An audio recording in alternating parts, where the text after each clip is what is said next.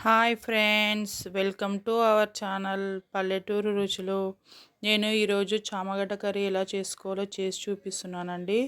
మొదట చామగడ్డలను నీట్గా కడుక్కొని పొట్టు తీసేసుకోవాలండి. చాలామంది ముందుగా కుక్కర్లో ఉడికించిన తర్వాత కర్రీ వేసుకుంటారు. అలా వేసుకుంటే జిగటగా వస్తుందండి కర్రీ.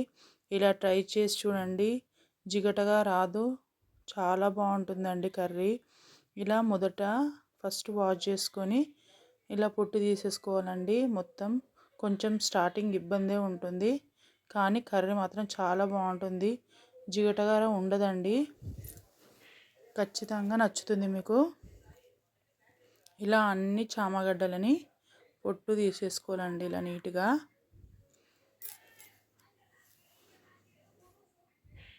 తర్వాత పొట్టు తీసుకున్న చామగడ్డల్లో నీళ్లు పోసుకొని గట్టిగా పిసుకుతూ కడుక్కోవాలండి. 2-3 టైమ్స్ కడుక్కోవాలి, ఎందుకంటే చామగడ్డలకు ఉన్నంత జిగురు అంతా వెళ్ళిపోయేంత వరకు కడుక్కోవాలండి 2-3 టైమ్స్. అలా అయితేనే నీట్గా చామగడ్డలు నీట్గా అవుతాయి, జిగుట పోతుందండి. 2-3 టైమ్స్ కడుక్కున్న తర్వాత ఇలా చామగడ్డలు నీట్గా అయిపోతాయి.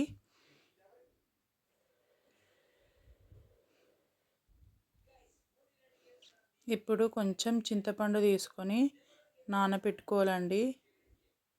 చింతపండును కూడా ఒకసారి అలా కడుక్కోవాలి నీట్గా. తర్వాత మంచి నీళ్ళు పోసి పెట్టుకోవాలండి.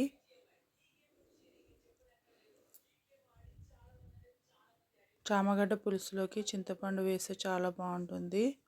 ఇప్పుడు చామగడ్డకి చిన్నగా రౌండ్గా ముక్కలుగా కట్ చేసుకోవాలండి.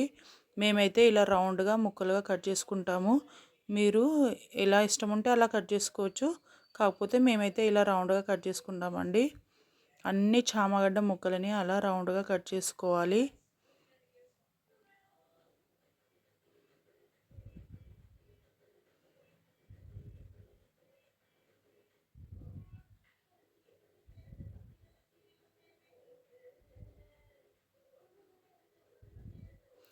ఇప్పుడు కొన్ని ఉల్లిపాయలు కట్ చేసుకోవాలండి. 3 లేదా 4 పెద్ద ఉల్లిపాయలను తీసుకొని కట్ చేసి పెట్టుకోవాలి.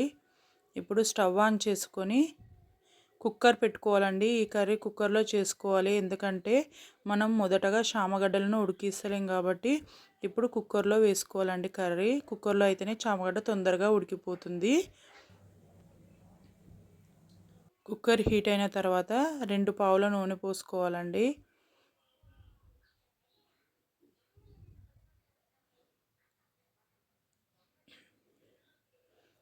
కొద్దిగా జీలకర్ర వేసుకోవాలి, 1/2 టీ స్పూన్.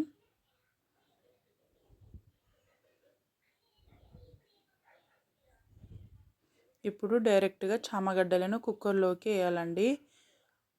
మెల్లిగా వేయాలి, నూనె చిత్తుతుంది, లేకపోతే కొంచెం మెల్లిమెల్లిగా చామగడ్డలు అన్నిటినీ కుక్కర్లోకి వేసుకోవాలి.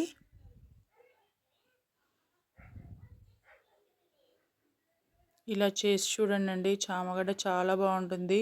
ఆయిల్లో ఫ్రై అయిపోతుంది కాబట్టి జిగట పోతుందండి. మళ్ళీ చామగడ్డ ముక్క కూడా చాలా టేస్టీగా ఉంటుంది. ఇలా ఆయిల్లో ఫ్రై చేసుకుంటే కొద్దిసేపు ఒక 5 మినిట్స్ అలా లో ఫ్లేమ్ పెట్టుకొని చామగడ్డని నెమ్మదిగా కలుపుకుంటూ ఫ్రై చేసుకోవాలండి.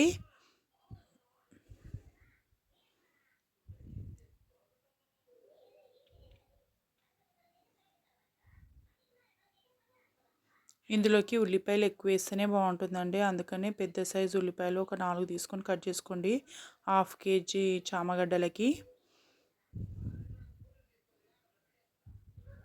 ఇలా మధ్య మధ్యలో కలుపుకుంటూ నెమ్మదిగా కొంచెం లైట్ అండ్ గోల్డెన్ కలర్ వచ్చేంత వరకు ఫ్రై చేసుకోవాలి. ఒక 5 మినిట్స్ ఫ్రై చేస్తే సరిపోతుందండి, దానికి ఉన్న జిగట వెళ్ళిపోతుంది ఆయిల్లో ఫ్రై చేయడం వల్ల. ఇప్పుడు ఇందులో ఆనియన్స్ వేసుకొని కరివేపాకు వేసుకోవాలి. ఆనియన్స్ వేసిన వీడియో మిస్ అయిందండి. ఆనియన్స్ కరివేపాకు వేసుకొని ఫ్రై చేసుకోవాలండి. ఇందులోనే ఆనియన్స్ కరివేపాకు చామగడ్డ ఫ్రై అయిన తర్వాత 1 టీ స్పూన్ అల్లం వెల్లుల్లి పేస్ట్, 1/2 టీ స్పూన్ పసుపు వేసుకోవాలి. పసుపు కొద్దిగా ఎక్కువ వేసుకున్నా పర్వాలేదండి, ఆరోగ్యానికి చాలా మంచిది. ఇప్పుడు అల్లం వెల్లుల్లి పేస్ట్, పసుపు కలిసేంత వరకు కలుపుకోవాలండి చామగడ్డలకి.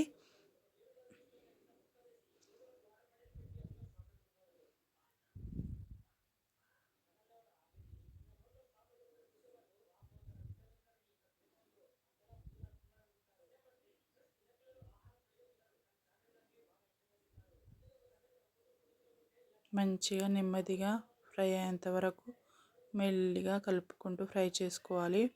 ఇప్పుడు ఇందులో 1.5 టీ స్పూన్ కారం వేసుకోవాలండి.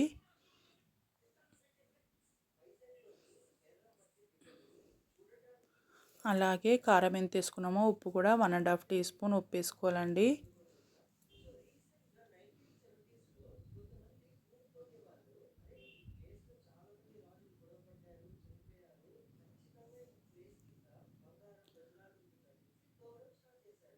టీ స్పూన్ ధనియా పౌడర్ వేసుకోవాలి. అన్ని మసాలాలు ఒకేసారి వేసుకోవాలండి. అన్నీ అంటే ఏ మసాలాలు కావండి, కారం, ఉప్పు, ధనియాల పొడి, కొంచెం జీలకర్ర మెంతుల పొడి వేసుకోవాలండి. 1/2 టీ స్పూన్ జీలకర్ర మెంతుల పొడి వేసుకోవాలి. ఇది పులుసు కాబట్టి జీలకర్ర మెంతుల పొడి వేసుకుంటున్నానండి. 2 టీ స్పూన్లు నువ్వుల పొడి వేసుకోవాలండి. అలాగైతే కర్రీ చిక్కగా వస్తుంది. ఇదిగోండి 2 టీ స్పూన్ల నేను నువ్వుల పొడి వేసుకుంటున్నాను.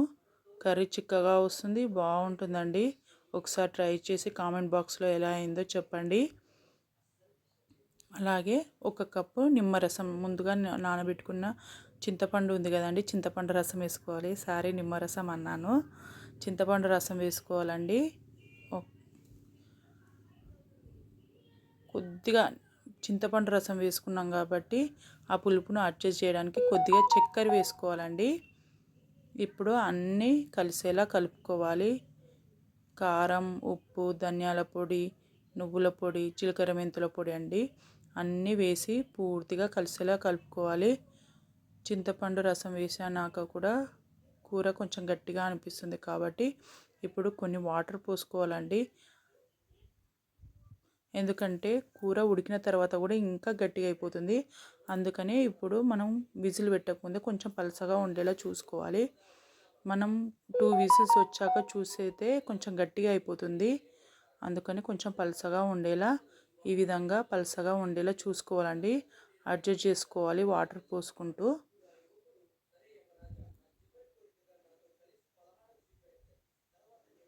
అలా కొంచెం కొద్దిగా పలసగా ఉండేలా ఉంచుకుంటే సరిపోతుందండి. తర్వాత చిక్కబడిపోతుంది విజిల్స్ వచ్చాక.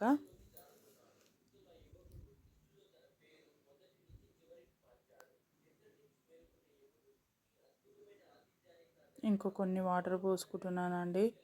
మళ్ళీ గట్టిగా అయిపోతుంది కదా కర్రీ, ఓన్లీ చామగడ్డ ముక్కలే కనిపిస్తాయి.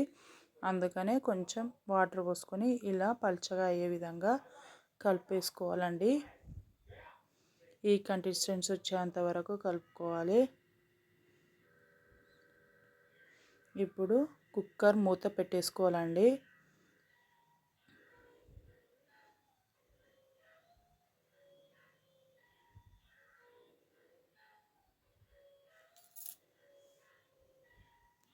రెండు విజిల్స్ వచ్చేంత వరకు మంటను మీడియం ఫ్లేమ్లో పెట్టుకొని 2 విజిల్స్ వచ్చేంత వరకు ఉంచుకోవాలండి.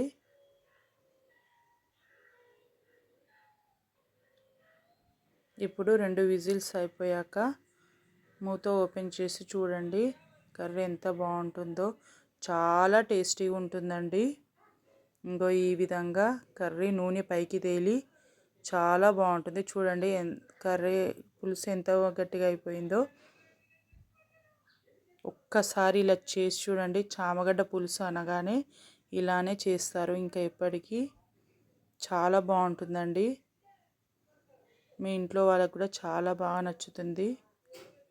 జిగటగా రాదండి చామగడ్డ పులుసు. ఈ విధంగా చేసుకుంటే విడివిడిగా చాలా బాగుంటుంది. ప్లీజ్ సబ్స్క్రైబ్ అవర్ ఛానల్ పల్లెటూరు రుచులు. Like, share, subscribe our channel పల్లెటూరు రుచులు.